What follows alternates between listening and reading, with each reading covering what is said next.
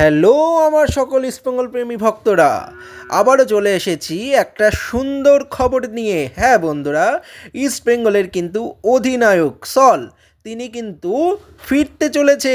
হ্যাঁ, তিনি কালকে কিন্তু রাত্রি বা সকালের মধ্যে কলকাতায় তার বিমান অবতরণ করবে। তিনি এখন স্পেন থেকে সরাসরি চলে আসবেন কলকাতায়। সল চলে আসার এই খবর পেয়ে সকল ইস্টবেঙ্গল সমর্থকরা যেমন খুশি, তেমনি খুশি ইস্টবেঙ্গল ম্যানেজমেন্টও। তবে এখানে একটা জানিয়ে রাখি একটা কথা তোমাদের, সল কিন্তু এখনই এসে কোনো ম্যাচ খেলবেন না। তিনি কিন্তু এখন রিহাবের মধ্যে চলবেন। হ্যাঁ, তার কিন্তু ইন্ডিয়াতে এসে রিহাব সেশন চলবে। তিনি ম্যাচ ফিট হতে হতে বেশ কিছুটা কিন্তু সময় তার লেগে যাবে। সুতরাং দেখার যে তিনি কবে ম্যাচ ফিট হয়ে মাঠে ফেরেন।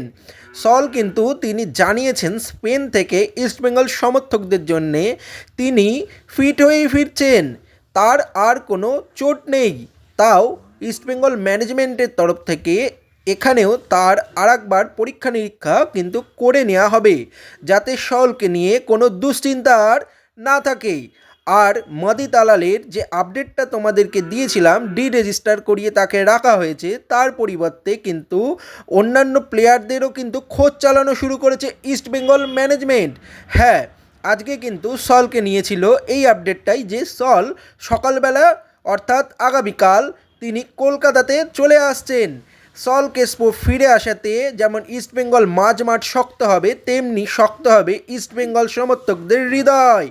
অর্থাৎ সল কিন্তু ইস্টবেঙ্গল সমর্থকদের অধিনায়ক অর্থাৎ ক্যাপ্টেন। আজকে এটুকুনি ছিল সল কেসপোকে নিয়ে আপডেট। এরপরে কিন্তু আপডেট পেতে গেলে সলের প্র্যাকটিস এবং রিকভারি সেশনের ওপর দেখে তারপরে আপডেট দিতে হবে, কারণ সল এখনই তো মাঠে নামছেন না, তার তো এখন রিকভারি সেশন চলবে। সে এখন জিম সেশন, রিকভারি সেশন এসবের মধ্যে দিয়েই নিজেকে আস্তে আস্তে ম্যাচ ফিট করে তুলবেন। দেখা যাক যে তিনি কবে ফিট হয়ে মাঠে ফিরতে পারেন। আজকের নিউজ আমার তরফ থেকে এটুকুনিই ছিল তোমাদের জন্যে। টাটা বাই, জয় ইস্ট বেঙ্গল। সল ফিরে আসুক ভগবানের কাছে, মাঠে এটাই প্রার্থনা করি।